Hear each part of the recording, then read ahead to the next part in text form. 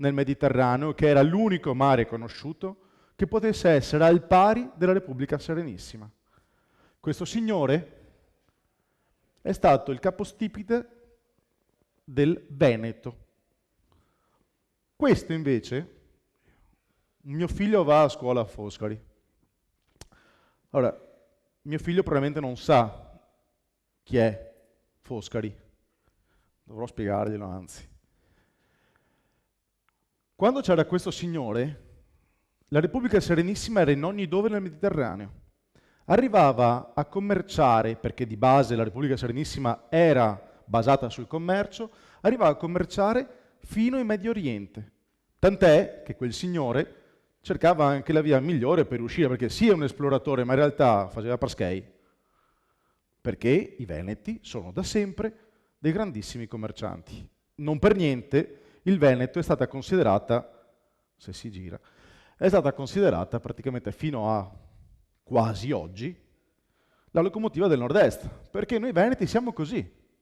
Noi siamo i famosi polentoni che poi vi spiegherò, batti, batti, batti, ma andiamo sempre avanti. Quanti di voi sanno che questo signore è veneto? Quanti signori lo conoscono di voi? C'erano Mozart e lui che facevano a pugni per vedere chi era il più figo nelle sale dei grandi regnanti. Chi conosce questo? Ora, se voi andate al Cairo, in questo periodo non so che conviene tanto, ci sono 3 piramidi. Bene, la seconda piramide l'ha scoperta lui. Ha tirato fuori Ramses II, il sarcofago di Ramses III, ha scoperto praticamente una valanga infinita di reperti storici egiziani. Ed era padovano. Lo sapevate? Quanti lo sanno? Pochi. Vivaldi, beh, spero che Vivaldi sappiate che è Veneto, fin l'anno che piove. Ora, questa signorina, signora Cornaro per l'esattezza, è stata la prima donna al mondo laureata. Dove? A Padova. Di dov'era? Veneziana. Canaletto, Tiziano, pittori di fama mondiale. Ma non li riconoscete perché sono veneti, perché ce li hanno cancellati anche da questo. Canaletto è impossibile non sapere che era veneto perché è un ritrattista, un figurista talmente famoso che faceva solo Venezia quasi, praticamente, quindi non si può conoscere. Questo signore, voi conoscete guerrieri famosi, conoscete Scipione, conoscete tantissime cose di Roma, e di lui? Questo signore, una di voi sicuramente lo conosce bene perché mi ha anche aiutato a fare una cosa, anche se non lo sa, ok? Questo signore è famosissimo, ma ne parleremo dopo di lui, ok? E noi cosa stiamo facendo in questo momento? Cioè, allora, abbiamo capito che la nostra coscienza a livello pratico è quella di prima, di quel video che spero vi abbia dato fastidio, perché vi siete riconosciuti. Sapevate che la Repubblica Veneta ha 1100 anni? Ve l'ho detto prima. Questo lo sapevate? Perché l'hanno progettato i Veneti? Perché i Veneti avevano una cultura millenaria del movimento delle acque. I Veneti hanno spostato canali. La riviera del Brenta è riviera del Brenta perché c'è un canale che non è un fiume, è un canale artificiale.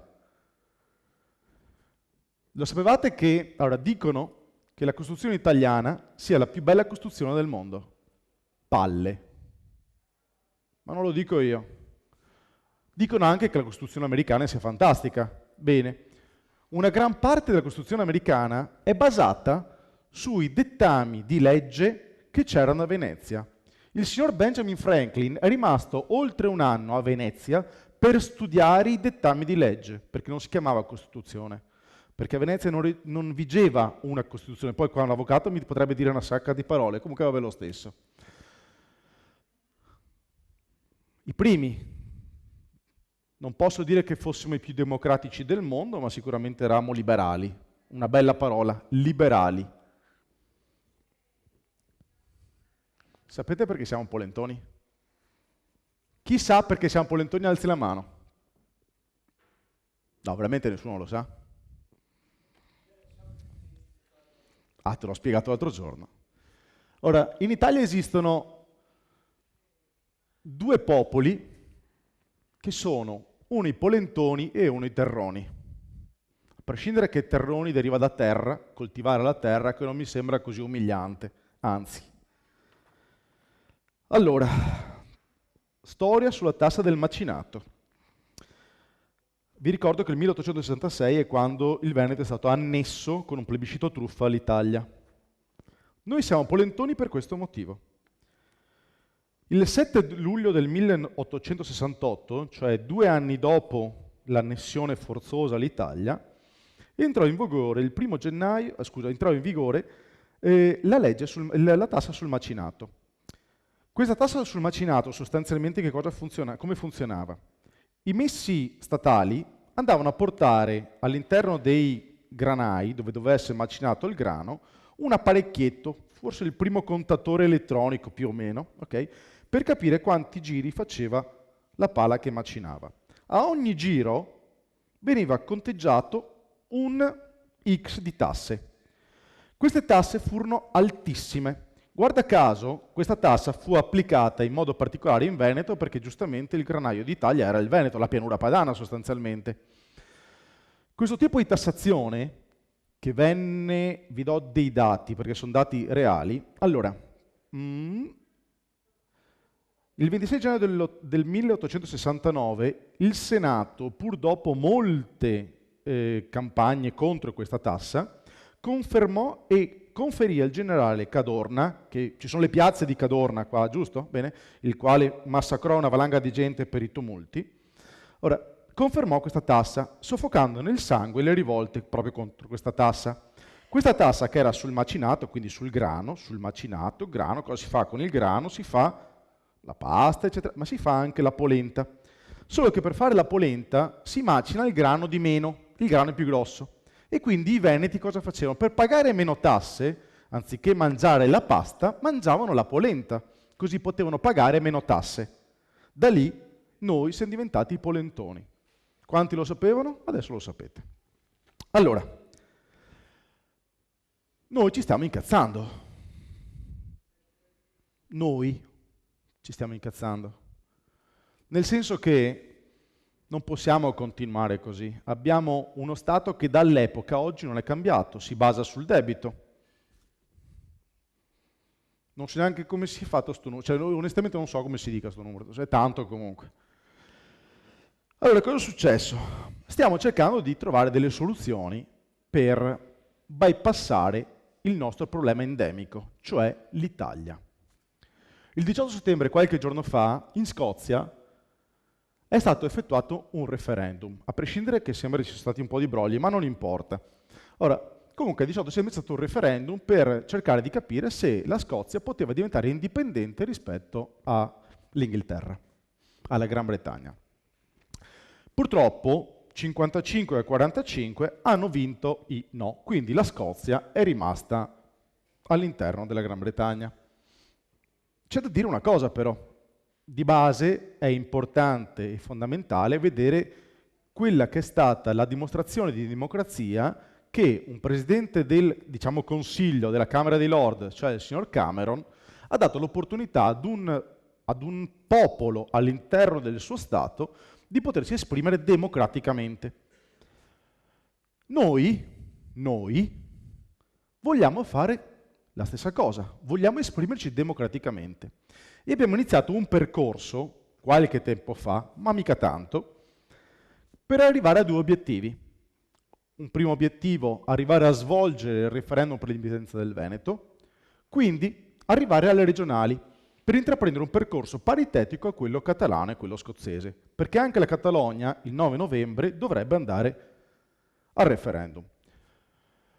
Tutto è partito grazie a un signore che è qui in sala, che è stato uno degli estensori della proposta di legge 342, che è Luca Zano Contarutti, dove il 23 luglio del 2013, spero di non aver sbagliato le date, ha proposto, assieme a tutta un'altra serie di consiglieri regionali, ha proposto sostanzialmente di poter fare un referendum.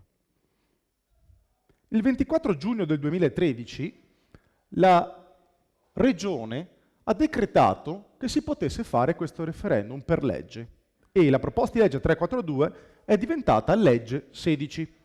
Oltre a questa legge, se non ricordo male la legge numero 4, è una legge che ha dato l'opportunità di poter fare un referendum per l'autonomia, che a noi non ci interessa, perché vogliamo l'indipendenza. Comunque, il Consiglio regionale ha detto che potevamo fare questo referendum. Giorgio, sti chiedo una bottiglietta d'acqua, mi fai un favore? Grazie. Allora, l'8 agosto, cioè pochi giorni dopo che la Regione ha approvato la possibilità di fare un referendum tramite una legge, approvata dal Consiglio regionale, il governo Renzi ha portato il tutto a bocciatura, cioè o meglio, ha detto che la consulta deve bocciare questa tipologia di discorso perché il referendum è incostituzionale di base, questa è la logica. Per cui il governo italiano ha detto che no, Veneti, voi avete fatto una legge per farvi il referendum e noi Stato siamo cattivi, oppure diciamo che la legge è così, quindi non fate il referendum. Perché? Perché non possiamo farlo? Cioè, ma scusate, Allora, noi ci troviamo in questa situazione. Se avessi, guarda, non importa, volevo una stecca da biliardo. Guardate questo grafico. Grazie.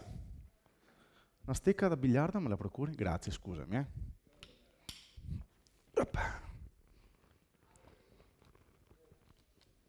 Allora, qui in sala c'è più di una persona che potrebbe parlare di questo grafico e potrebbe anche provare a confutare ciò che c'è scritto. Ma lo sfido a attenzione, io prendo una pistola e lui il coltello, e vincerò sicuramente io. Allora, abbiamo un Parlamento che è stato votato con una legge, grazie, che è stato votato con una legge non costituzionale. Allora, hanno bocciato sia il Porcellum, che è quello che è oggi in essere, che il presunto Italicum, che stanno lavorandoci, ma comunque hanno già detto che è incostituzionale. Quindi, coloro i quali sono in questo momento in Parlamento sono eletti, volenti o dolenti, in modo incostituzionale. Sono tutti quanti parlamentari non scelti dai cittadini, ci sono le liste bloccate, che poi vorrei ricordarvi alcune cose che ha detto Renzi, che per adesso non si può dire che sia colpa sua, però liste bloccate, quindi chi c'è su ce lo siamo trovati. Questo Parlamento ha eletto un Presidente della Repubblica che non poteva essere eletto perché viola la Costituzione, l'articolo 85. Quindi ha eletto un Presidente del Consiglio. Voi conoscevate Renzi se avete votato all'ultima volta che vi hanno dato la possibilità di votare? C'era Renzi in qualche scheda? O era forse il sindaco di una città? Firenze, neanche grandissima. Quindi è appoggiato da un'alleanza che nessuno ha votato, perché non mi risulta che nessuno abbia votato. Il nome non era indicato in nessuna scheda elettorale. Questo Presidente del Consiglio, il signor Renzi, aveva giurato in trasmissione in diretta che non sarebbe mai diventato Presidente del Consiglio senza passare dalle urne perché sarebbe stata una cosa ignobile, parole sue. E cosa sta facendo questo Parlamento? Una riforma della Costituzione che assomiglia moltissimo a quella della P2. Andatevela a rileggere, se qualcuno vuole di rileggersela. Quindi ancora, stanno creando un Senato di immuni, perché coloro i quali verranno messi nel Senato sono quelli che vogliono loro, non certo gente votata da noi, ce la vogliono spacciare come persone che verranno prese dalle province e dalla regione, ma non è così, perché alla fine metteranno chi vogliono loro. Hanno aumentato, per essere più democratici, l'aumento delle firme necessarie ai cittadini per fare legge o referendum, perché giustamente referendum vuol dire che il popolo si può esprimere, ma il popolo è bue, meglio che stia zitto. Il capo della maggioranza, secondo la nuova possibilità di modifica, dovrebbe controllare la magistratura. Ora, con questo non voglio dire che la magistratura sia un granché, però se mettiamo entrambi i poteri, legislativo e di controllo, nelle mani di uno, a questo punto, scusate, ma uno si fa le leggi e decide se vanno bene o non vanno bene. Non vi può sembrare un colpo di Stato? Ma così è. Cioè, io non sono in grado di poterlo dire perché sono l'ultimo degli ultimi, però comunque. C'è da dire che se per caso qualcuno di noi si incazza e dice sono tutti quanti mafiosi, non va bene, eccetera, eccetera, cosa ha fatto il governo? Hanno ingaggiato una società che si chiama, non so neanche come si pronunci, sta roba qua, ok? Per censire chi sul web parla male di loro.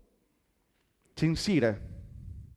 Orwell, Grande Fratello, avete presente? non il grande fratello della televisione. Quell'occhio che vi controlla, quell'occhio che dice se voi state facendo le cose giuste, se state facendo le cose sbagliate, e se dite le cose sbagliate è peggio per voi, perché qualcuno vi sta osservando. Democrazia. Fin adesso non ne ho vista. Cosa vuol dire democrazia? In sala c'è una ragazza greca, se non ricordo male, giusto? Mi puoi dire cortesemente come si pronunciano ste robe?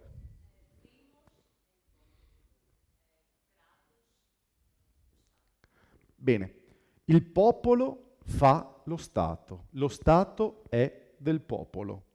Ci stanno togliendo tutte le possibilità per poter essere Stato. Ci stanno togliendo tutte le possibilità per dimostrare che siamo popolo.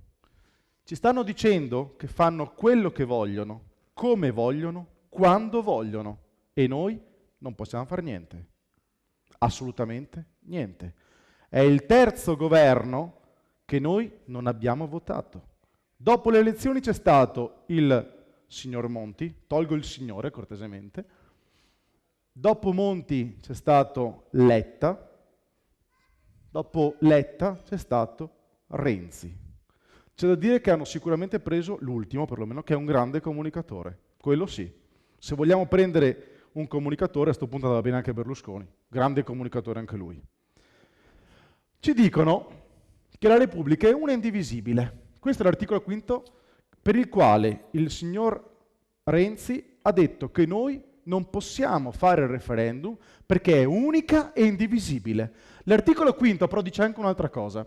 Riconosce e promuove le autonomie locali, e non mi sembra, perché adesso vogliono fare anche la modifica dell'articolo 5, attua nei servizi che dipendono dallo Stato il più ampio decentramento amministrativo, e invece stanno accentrando tutto. I poveri sindaci, destra, sinistra, 5 Stelle, Lega, tutto, non possono fare un beato niente. Perché? Perché hanno questi famosi vincoli di bilancio che alle 6 del pomeriggio gli ciucciano tutti i soldi, e tutti i soldi che tirano fuori dalle tasse dei cittadini del loro comune vanno a Roma e qualcosa gli torna indietro. E se hanno anche una positività di bilancio, questa non gli viene permessa di essere toccata. Dicono che vogliono fare il decentramento, ma non c'è, non è vero. La Costituzione la stanno boicottando direttamente ai piani alti. Però dato che loro ci dicono che l'articolo 5 è quello e ci dicono che è indivisibile, noi gli diciamo, porca di quella zozzola, questa è la Dichiarazione Universale dei Diritti dell'Uomo, ONU, sovranazionale. Fino a prova contraria, ieri Renzi era all'ONU, e l'ONU è un organismo superiore agli organismi statali. Le leggi dell'ONU sono quelle della parità, dell'uomo stesso, dell'uomo nasce libero, eccetera, eccetera. Bene, sono sovranazionali. E l'articolo 2 della Costituzione dice: tutti i popoli hanno diritto all'autodeterminazione. In virtù di tale diritto essi determinano liberamente il proprio status politico e liberamente perseguono il proprio sviluppo economico, sociale e culturale. Ma a questo punto ci possono dire: voi non siete un popolo, voi siete dei veneti zoticoni, col cazzo. Storicamente risaputo, le dimensioni contano. Allora, questo è un sottodotato, questo è un normodotato e questi siamo noi.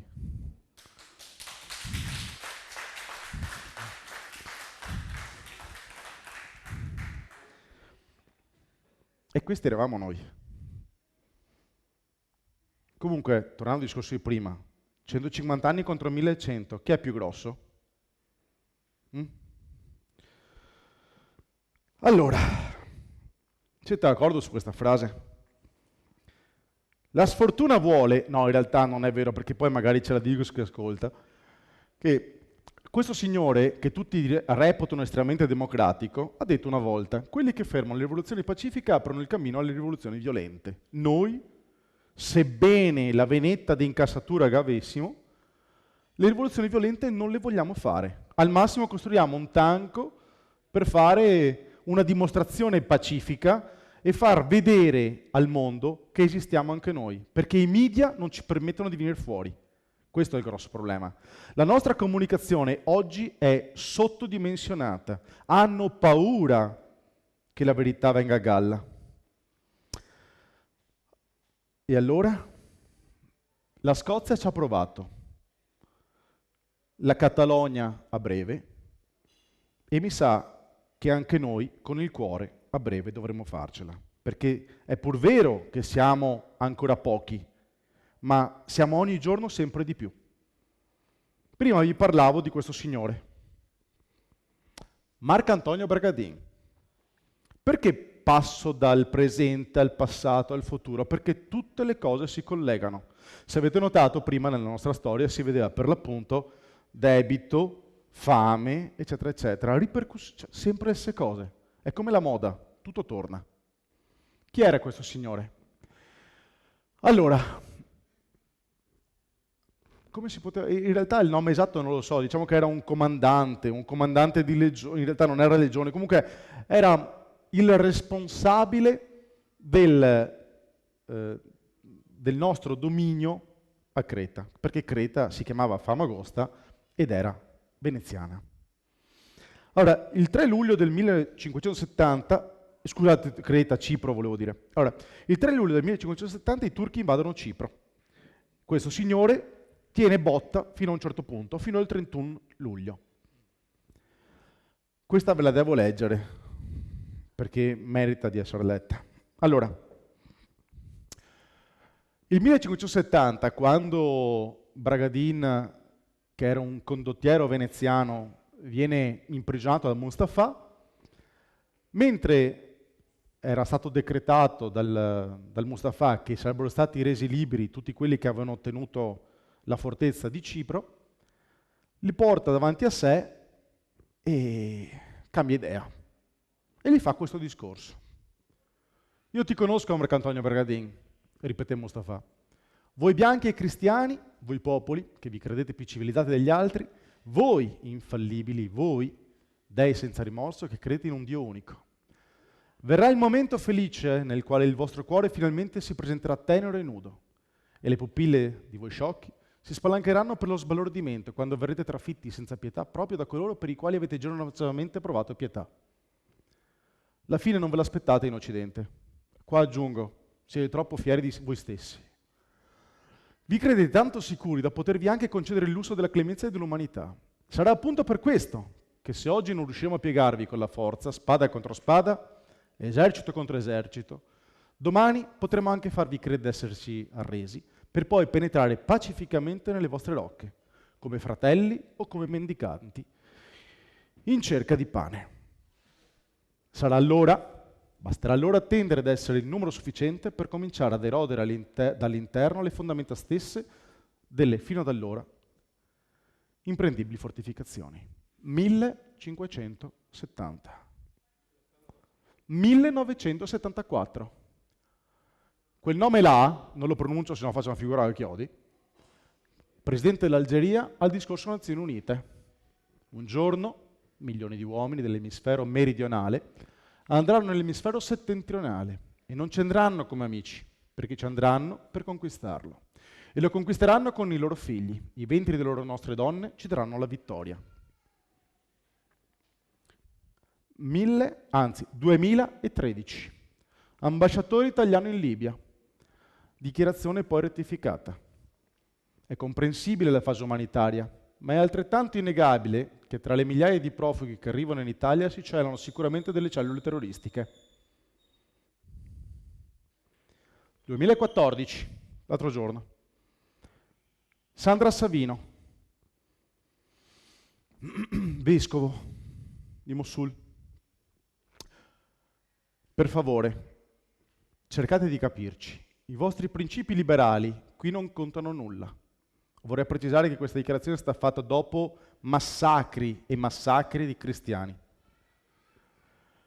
Occorre che ripensiate alla vostra realtà, alla nostra realtà in Medio Oriente, perché state accogliendo nei vostri paesi un numero sempre crescente di musulmani. Anche voi siete a rischio, dovete prendere decisioni forti e coraggiose, a costo di contraddire i vostri principi. Voi pensate che tutti gli uomini siano uguali? ONU ci insegnano così, ed è anche vero, la sentiamo così, ma non è vero. L'Islam non dice che gli uomini sono tutti uguali. I vostri valori non sono i loro valori. Se non lo capite in tempo, diventerete vittime del nemico che avete accolto in casa vostra. Quando qualcuno di politicamente corretto, a differenza del politicamente scorretto, ci dice, quando noi asseriamo queste cose con tono malizioso, ci dice, ma anche noi siamo andati all'estero, pota? Oppure ce lo dico in un altro modo. Sì, è vero. C'erano le navi, partivano da Genova, arrivavano a, come si chiama? Island, non mi ricordo come. Bon. Arrivavano lì, avevano la quarantena, stavano lì, aspettavano, se stavano bene, dopo potevano essere messi là, ben schedati. E quelli eravamo noi, tanti veneti, che facevano la quarantena. Adesso arrivano, gli diamo 35 euro in all inclusive in albergo e arrivano così, controlli sanitari molto casual. Una è immigrazione, l'altra è invasione. Ma la cosa simpatica di tutto questo è che stiamo spendendo 300.000 euro al giorno soltanto con Mare Nostrum. Sono soldi vostri, nostri, di tutti noi. Sono le nostre tasse. Ora, che sia ben chiaro, la gente che affonda con i barconi in mezzo al Mediterraneo, non in mezzo, a poche miglia dalla costa libica, ovviamente stringono il cuore, è ovvio. Ma c'è modo e modo per fare assistenza, c'è modo e modo per tendere una mano. Sicuramente questo di 300.000 euro al giorno soltanto per le nostre forze armate mi sembra un pochino esagerato, o quantomeno si potrebbe spendere in un altro modo. Ora, stanno arrivando e contestualmente ci fanno vedere questo.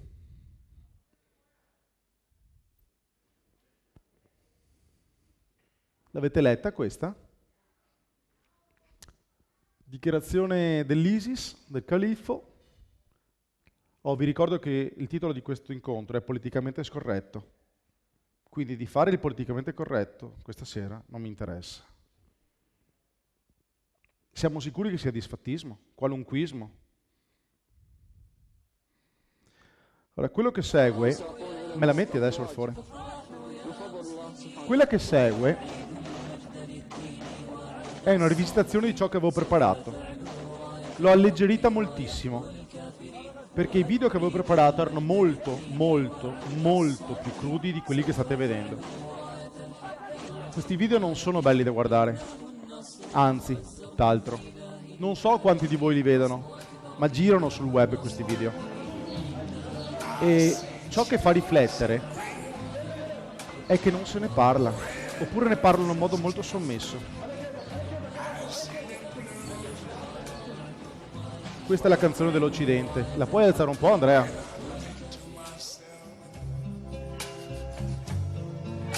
What a wonderful world.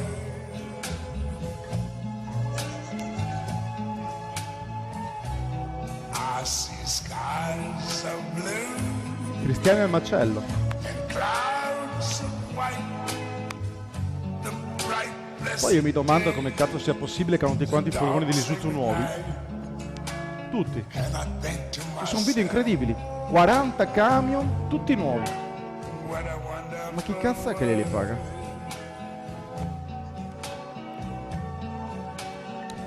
Questa è stata la razzia di Mosul. Quelli che sono qui sono musulmani. O meglio, abitano lì, ma sono cristiani.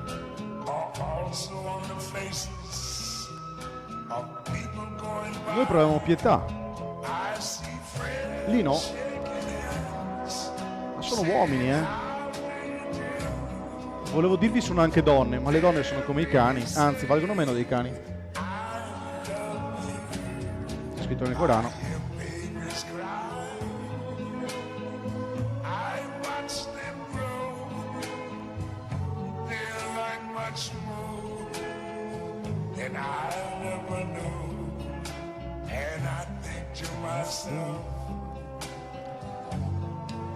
What a wonderful world.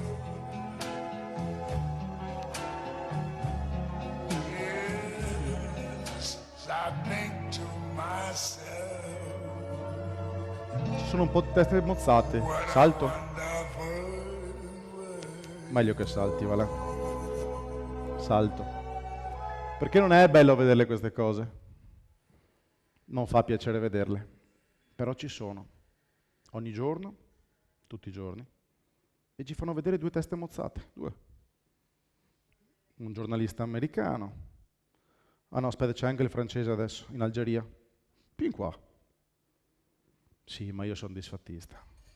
Non è così, cazzo, non può essere così. E allora facciamo così, dato che io sono disfattista,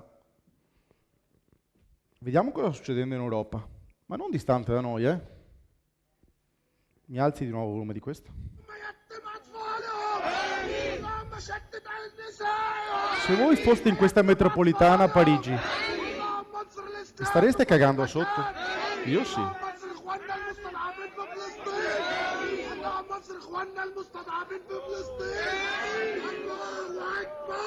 Io tiro il freno a mano e scappo di corsa. Oppure un mitra, ma no, non si può dire, stavo scherzando.